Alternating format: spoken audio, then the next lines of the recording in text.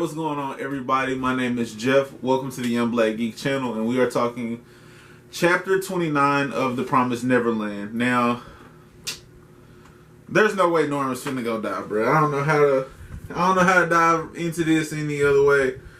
There's no way Norman's finna go die. If so, bro, I don't know what I'm gonna do. Like, I can't put it past it, cause Crone just died and Connie died and Emma got a broke leg. Like, folks dropping. It's not quite Game of Thrones, but folks will die on here. So I'm not gonna say that he ain't finna go die, but he ain't finna go die. Can't fool me. Now, this chapter, bro, was dope, man. Consistent fire as always with The Promised Neverland, man. This first arc, bro, I'm gonna hammer it in. I'm gonna make sure that my opinion is known that this opening arc, bro. Hunter x Hunter is the only one close to it, and so far it's better than Hunter x Hunter to me, bro. Just the twists and turns, and so Ray's device had worked. I don't know, maybe the wording on this is incorrect, or maybe I'm confused, because Mom cannot find Norman. We see the confusion on her face looking for him and counting the dots and understanding that not only is there not a dot like further out or hiding somewhere, but she cannot see Norman and there's not a dot out there. And so the only way that could have happened on her tracking device is if Ray's device worked. But Norman then comes out and says that he didn't use the device and he always intended to die, and so so those two things don't add up, and I feel like that's something that'll be explored later.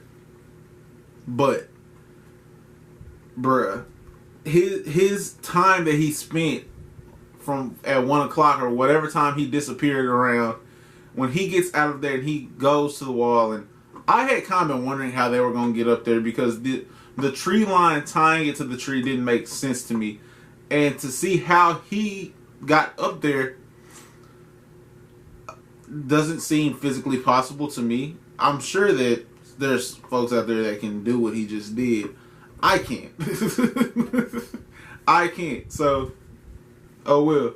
But I've been wondering like how they plan to clear the wall, especially with the kids, and the realization that it's a cliff on the other side, which was the other thing that this plan kind of surrounded. Was we have to escape from here, but we have no idea what's past here. So that's part of the intrigue to this story, where we're going into the unknown, and now we know it's a cliff on the other side. Like, who'd have thought? And so this wall is so thick of a wall, and he runs the edge of the wall, and turns out that he kind of can determine the angles. Which, shout out to him on his geometry. I mean, they be scoring perfect tests, so he can do entry-level geometry. He's 11 or 12, which should put him like at 7th grade math. If he's extremely smart, geometry shouldn't be like the biggest deal. So, for him, being able to do that, I thought that was very impressive, to be able to figure out the spacing of what he's seen and draw a diagram of what's going on, and using his surroundings. And he sees that directly east of them there's a bridge, so beyond headquarters is the escape off of this.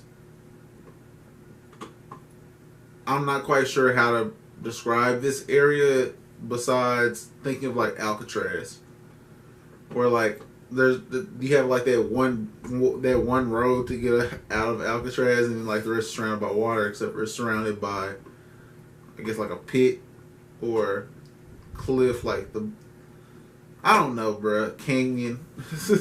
I'm not quite sure how to describe this. I'm seeing it, but either way, that's besides the point, because he is able to get that information down and bring it back, and decides that he was dying the whole time, and he realizes that both of them are a little too gullible to be able to fall for that. When they're shocked that he comes back, but Mom's shocked that he comes. I'm shocked that he came back, which then leads to the fact that he's not going out like that.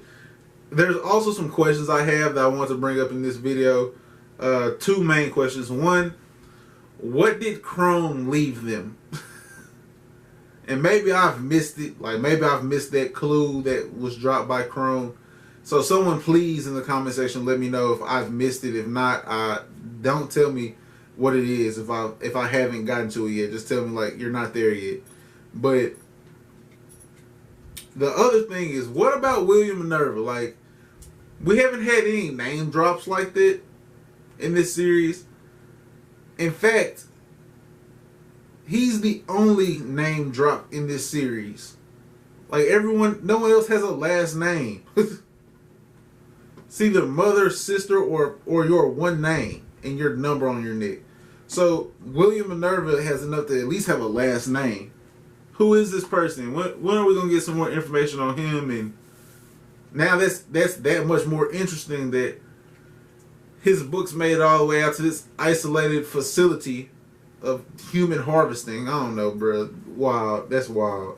But the fact that Norman came back mainly to not tip Mom off and to make sure that everyone else could get their major goals accomplished, and the fact that he considers how naive Emma is for trusting Ray's decision to take everyone when he only plans to take the oldest kids, and for Ray to have faith that Norman meant to get them out together. And he says that the world isn't so nice that we can all have it all. Like, we can't all have what we want. Sometimes we just get what we get. But he also says that he won't go down in failure. He won't be defeated. The only way he's not defeated is if he stays alive.